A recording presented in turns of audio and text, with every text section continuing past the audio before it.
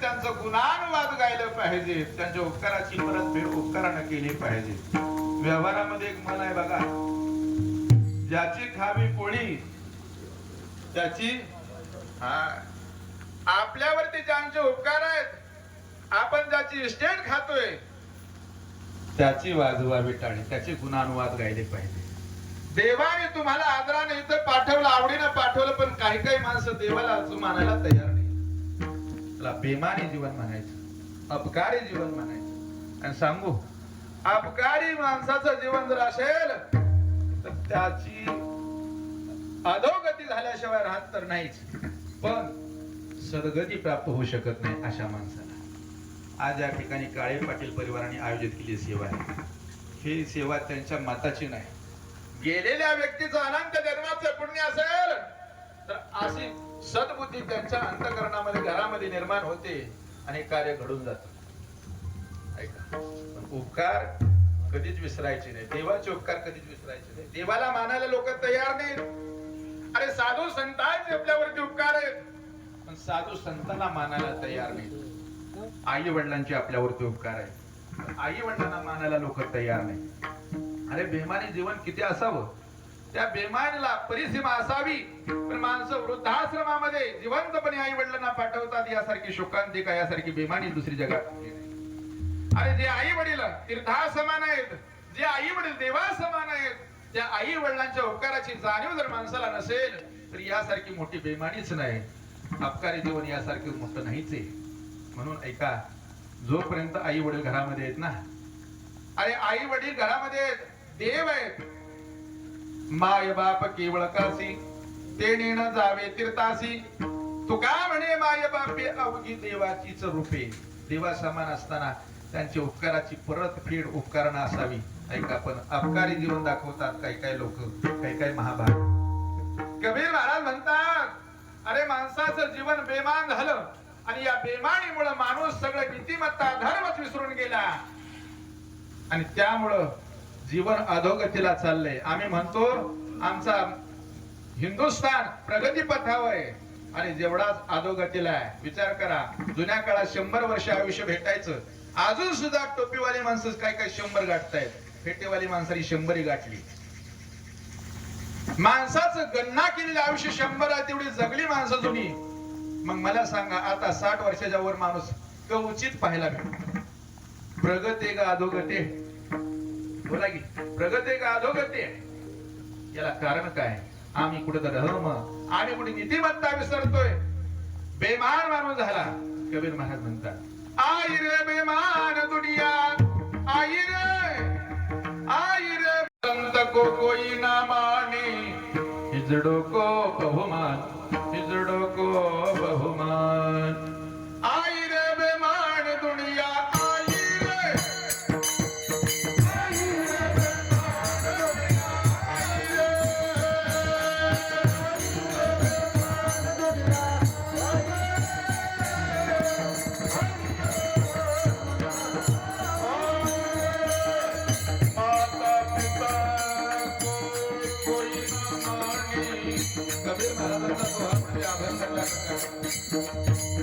कबीर महाराज मुस्लिम समाजाचे पण त्यांनी दोघे लिहिले ते अभंगाचे प्रकार. फार सुंदर गुण उपदेश केला. या कलियुगातला माणूस आई वडिलांना मानणार नाही, भलत्याच गोष्टीला किंमत दिली कलियुगामध्ये. नुसत्या कबीर महाराजांची भाषा नाही, नामदेव महाराज सुद्धा बोलू शकून सांगतात ना, ते सर्वांना सांगतात शकून प्रकरणामध्ये. या कलियुगातील माणूस आई वडिलांना किंमत देणार नाही. अरे घरामध्ये भांडण लागावर भांडण सासू सुनेचं लागल्यानंतर बोला की, तो मुलगा पत्नीची ओढ घेत का आईची ओढ घेतो? कदापि आईची ओढ घेणार नाही, असं नामदेव महाराज सांगतात. स्त्रियेचा कैवार ओढी, मातेशी म्हणे रांडवे, म्हणे विष्णुदास नामा, ऐसा कलियुगाचा महिमा. किती बेमानी असतात. अरे पत्नीला बहादारी पैठणी साडी आणतोय, आई सिंध्याला साडी शिवते. त्या आईला चुकून सांगून देत नाही, आई तुला साडी आहे का, घातली तू शिवते, आणू काही खाली. कधी पाहायला भेटणार नाही, आई नाही सांगणार. असं मी नाही सांगत नामदेव महाराज सांगतात स्त्रियेसी पातावासी साडी माता सिमेंट से शिकोळी म्हणजे गोऱ्याला लावून साडी लावली आई शिवली पण चुकून विसरत नाही. एवढा समाज निर्माण झाला. अरे भांडण लागल्यानंतर पत्नीची ओढ घेतो. स्त्रियेचा कैवार उडी मातीशी म्हणे रांगवेडी म्हणे विष्णुदास नामा पैसा कलियुगाचा महिमा. नागबाबाची नक्कीच भाषा वापरली. या कलियुगामध्ये महाभयंकर स्थिती काय काय पाहायला भेटेल. आणि भांडण लागल्यानंतर बापाचा वैरी मुलगा बनेल. यापर्यंत आज कुठं समाजामध्ये ही स्थिती पाहायला भेटते. म्हणून हे सांगितलं म्हणजे कशा करता सांगितलं, माणसाने सावध होण्याकरता. म्हणून धर्म टिकवायचा असेल, धर्म नांदवायचा असेल, नीतिमत्ता आपल्या घरामध्ये जागृत ठेवायचं असेल तर मुलांना संस्काराची गरज आहे. याकरता कबीर महाराजांचा दोहा आहे, याकरता नाथबाबांचा शकुन आहे, याकरता नामदेव महाराजांचा शकुन आहे. बाबा रे, कलीपासून सावध का? कली ही पापाची मूर्ती आहे आणि एकदा पापाने घरात प्रवेश केला धर्म तुम्हाला पाहायला भेटणार नाही. म्हणून बेईमानी सोडा, इमानदारी जीवन जगा. जीवनामध्ये त्याला जीवनात काहीच कमी पडणार नाही. साधु संत को कोई ना माने, साधु संत को कोई ना माने, इजड़ों को बहुना, इजड़ों को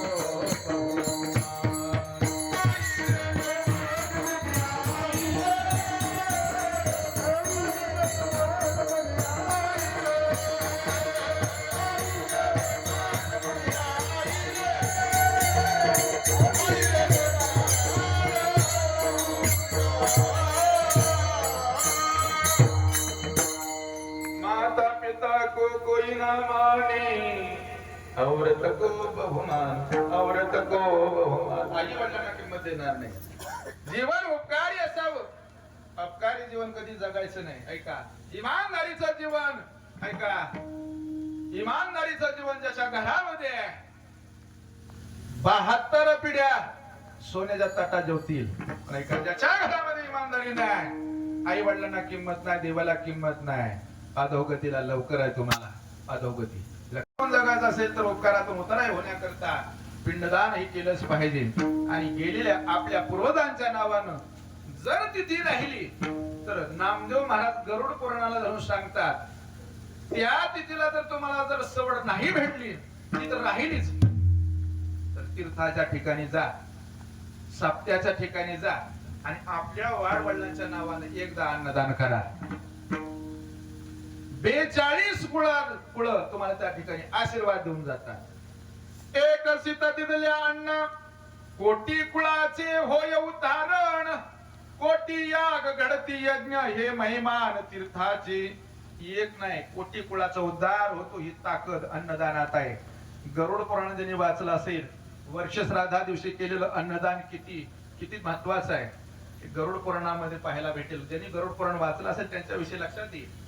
म्हणून आजच्या तिथीला केलेलं अन्नदान, ज्या वेळेस या ठिकाणी सर्वाभूती द्यावे अन्न द्रव्य पात्र विचारून, त्यावेळेस वरचे पितर आपल्याला आशीर्वाद देतात आणि आशीर्वाद देऊन तृप्त होतात. ही ताकद अन्नदानाची. आता पुन्हा एका कीर्तनाची काय ताकद आहे. कीर्तन काय असावं, पिंडदान कळालं आम्हाला, पिंडदान ही करावं. तुकोबाराने केलं पिंडदान, पिंडदान पिंडे ठेविले करून तिळे तिळे विनम्रत रही. तुकोबाराने आपल्या पूर्वजांकरता पिंडदान केलं का, त्याने गरुड पुराणाचा आधार घेतला. खर तर हा विषय सांगणं म्हणजे सूर्यापुढं दिवा लावण्यासारखा बरं का. आबा इथं सगळी नाना आबा आणि त्यातल्या त्यात देव ब्राह्मण, ज्याला भूलोकातले देव म्हणून उल्लेख आहे गाथामध्ये पुराणामध्ये, असे काका पुढे उभा बसलेले असं म्हणा करता. तुमच्या पुढे मी हे सगळं सांगणं म्हणजे सूर्यापुढे दिवा लावण्यासारखं आहे. त्याचा धाडस करून सांगतोय, ज्या निमित्त कीर्तनात त्या विषयाला अनुसरून थोडासा विषय मांडून जातो. का असावं कीर्तन, वर्ष श्राद्धाला का असावं पिंडदान? ऐका, गरुड पुराण असं सांगतं, तो जीवात्मा त्या स्थितीला वर्ष श्राद्धा दिवशी बरोबर सूर्यकिरणाच्या प्रखर दाबानं 12ला, प्रखर दाब असतो 12ला, 12लाच का फुलं टाकायची 12 12:30च्या दरम्यान, त्यावेळेस तो प्रखर दाबानं तो जीवात्मा खाली येतो आणि तो जीवात्मा तो ते पिंड तो प्रसाद सेवन करतो आणि तृप्त होतो, अशी आख्यायिका गरुड पुराणामध्ये. ऐका बरं, म्हणून पिंडदान आणि तो जीवात्मा तृप्त होण्याची एकमेव तिथी ही आहे असं भागवत सुद्धा सांगतो. मनुष्याशी पर्व काळ, कुठला पर्व काळ? जन्मात जोडे एक वेळ, माय पित्याचा पुण्य काळ, तळ धर्माची वेळ अति पवित्र. भागवत सुद्धा सांगतं. हे सगळं गरुड पुराणाचा दांडोळा घेऊन भागवत सुद्धा काही बरं का. ऐका, म्हणून काही भागवतातले पुरावे आता ऐका, सगळ्यात हायकोर्टाचा एक पुरावा देऊन जातो म्हणजे आपल्याला पुढं अभंगाकडे जायला काय हरकत नाही. का असावं कीर्तन? ऐका, आजच्या तिथीला घडलेलं त्या व्यक्तीच्या नावानं एक नामचिंतन किती तारक आहे. ऐका, कीर्तनातून घडलेलं नामचिंतन नामस्मरण किती तारक आहे. गेलेल्या व्यक्तीच्या नावानं एक देवाच्या नावाचा एक जय घोष होऊ द्या. ती ताकद नामचिंतनात काय आहे? ऐका, थोडं सोपं करतो चिंतन. एक कोर्टाचा पुरावा आणि दुसरा हायकोर्टाचा पुरावा. कोर्ट म्हणजे माझे तुकोबर आहे आणि हायकोर्ट म्हणजे ज्ञानोबर आहे. का मी हायकोर्ट ज्ञानोबरायला म्हटलो? याचं उत्तर, याचं विश्लेषण आहे. का ज्ञानोबरायला का हायकोर्ट म्हणतो? याचं कारण आहे, सगळ्या अष्टादश संतांमध्ये काय काय काय अष्टादश संतांमध्ये सगळ्यात शिरोमणी ज्ञानी जर कोण असतील तर माझे ज्ञानोबर आहे. ज्ञानोबर इतकं ज्ञानी अष्टादश संतांपैकी दुसऱ्या संतांकडे ज्ञान नसल्या कारणानं सगळ्या संतांनी गौरव केला ज्ञानोबरांचा ज्ञानाच्या बाबतीत. ज्ञानाचा सागर सका माझा ज्ञानेश्वर. सागर ही उपमा दिली ज्ञानोबराला. नदी नाही, नदीतलं पाणी किती टीएमसी पाणी सोडलंय नदीला हे मोजता येतं. ऐका ऐका, नदीतलं पाणी किती टीएमसी पाणी सोडलंय. तळ्यामध्ये उजनी धरणामध्ये आता किती टीएमसी पाणी आहे हे मोजता येतं. कुठलं? धरणातलं उजनी धरणातलं भरलंय आता धरण. किती टीएमसी पाणी दररोज अपडेट आहे आपल्याला बातमी या आठवड्यात तरी, बरोबर का? हा, तसं समुद्रात किती पाणी आहे आजपर्यंत कुठल्या संशोधकानं मोजलं नाही आणि तो संशोधक सुद्धा आज जन्माला आला नाही अजून. का? समुद्रातलं अथांग असलेलं पाणी आहे. तसं माझ्या ज्ञानोबराकडं धरणातलं ज्ञान नाही, नदीतली उपमा नाही, सागर म्हणजे समुद्र आहे. ज्ञान मोजता आलं नाही माझ्या ज्ञानोबराकडे किती येते. ज्ञानाचा सागर म्हटलं. हायकोर्ट माझे ज्ञानोबर आहे ज्ञानाच्या बाबतीत, म्हणून हायकोर्टाचा निकाल. तुकोबरायचं कोर्ट आहे. तुकोबरायचं कोर्ट काय निकाल देतो? ऐका, एकदा कीर्तनातला नामघोष झाला की कीर्तनात बसलेले याचा उद्धार होतो, यात नवल नाही. पण ज्याच्या नावानं हे नामस्मरण घडतंय, एक नामचिंतन त्यांच्या नावानं घडल्याबरोबर तुका म्हणे नाम जाळी महादोष, जेते होय घोष कीर्तनाचा. कीर्तनाचा जे घोष ज्या व्यक्तीच्या नावानं संकल्पित आज कीर्तन होणार आहे, एक नामघोष संकल्पित झाल्याबरोबर कुठलाच दोष शिल्लक राहत नाही. हा कोर्टाचा माझ्या तुकोबरांचा निकाल आहे. हायकोर्टाचा एक निकाल देतो, पुढे जातो. हायकोर्ट काय म्हणतात ज्ञानोबरायचं? ऐका, गेलेल्या व्यक्तीच्या नावानं किंवा कुठल्या जागेचा दोष असेल तर त्या जागेकरता केलेलं कीर्तन, त्या जागेवरती केलेलं कीर्तन, त्या व्यक्तीच्या नावाने केलेलं कीर्तन एवढं पवित्र आहे, एवढं पवित्र आहे की एकदा नामघोष झाला त्या व्यक्तीच्या नावानं. हायकोर्ट काय म्हणतं नीट ऐका. का असा वर्ष श्राद्धाला कीर्तन लोक करतात म्हणून करायचंय का? हे मागणं चालत आलंय म्हणून आपण पण केलेलं चांगलं असतं म्हणून करायचंय? याच्या पाठीमागची कारण मी माणसा जाणून घ्या. तुम्ही सगळे सुज्ञ मंडळ तरी सुद्धा धाडस करून बोलतोय नीट ऐका. हायकोर्ट निकाल देतो ज्ञानोबरांचं. गेलेल्या व्यक्तीच्या नावानं एकदा नामचिंतन घडू द्या. त्यानं काय होतं? ज्या पद्धतीनं गवताच्या 100 पेंड्या काय 1000 पेंड्या काय एक गाडी त्याला पुरेशी. बोला की दारात कार्यक्रम होता आणि दृष्टांत ऐका ज्ञानोबरांचा याकरता. दारात कार्यक्रम होता आणि त्या यजमानाने विचार केला आता कार्यक्रम आहे, मजूर मिळणं अशक्य आहे, कधी उचलत बसायच्या एवढ्या कडब्याच्या पेंड्या. कडबा तर माहित आहे का? जुन्या लोक टोपीवाल्या लोकांना कडबा कळेल. आता पुढच्या पिढीला कडबा कळणार नाही. कडबा कळणार नाही. आपल्या पिढीपर्यंत कळेल सौदागर महाराज. पाहिलाय कडबा संपला असं नाही, आपल्या बागायती भागातला संपला. पुढच्या पिढीला जर सांगायचं झालं तर कडबा त्याला म्हटल्यानंतर ती मोबाईल काढल, गुगल ऍप काढल आणि त्याच्यावर सर्च करेल कडबा कडबा काय, आणि त्यात त्याला सापडलं तर सापडलं उत्तर. तुम्ही बघा आताच्या आमच्या माता भगिनींना जुन्या वस्तू माहित नाही. विचारा त्यांना काटवट म्हणजे काय. आताच्या सध्या आता विचारा काटवट. काटवट कसली? ती म्हणेल कान असलेली काटवट. ती कसली म्हणेल? ती वाटलंच तर मोबाईल काढेल आणि त्यातला गुगल ऍप काढेल आणि त्यावरती सर्च करून पाहिलं काटवट. मग कळलं काटवट काय ते. नाही हे लोप पावत चाललं जातं काटवट. या सगळ्या गोष्टी मागे पडत चालल्या. पण ऐका कडबा. कडब्याच्या 100 पेंड्या होत्या दारात. ज्ञानोबाराचा दृष्टांत समजण्याकरता ऐका विश्लेषण करतो. बाजूला 1000 पेंड्याचा गंज आहे. एका गंजीमध्ये 100 आहेत आणि एका गंजीमध्ये 1000 पेंड्या आहेत. इकडे लक्ष द्या थोडं. तुम्ही कीर्तन नीट ऐकलं तर दृष्टांत सिद्धांत समजेल. का कीर्तन असावं?